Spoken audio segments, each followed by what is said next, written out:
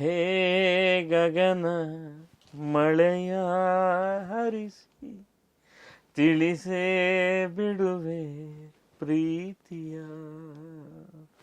ಹೇ ಧರಣಿ ಆವಿ ಕಳಿಸಿ ತಿಳಿಸೇ ಬಿಡುವೆ ಆಸೆಯ.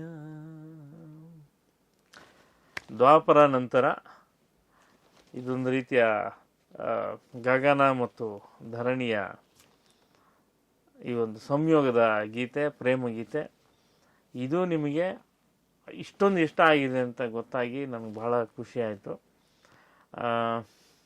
ದ್ವಾಪರದ ಹಾಗೇ ಇದು ಕೂಡ ಹಿಟ್ ಮಾಡ್ತಾ ಇದ್ದೀರಿ.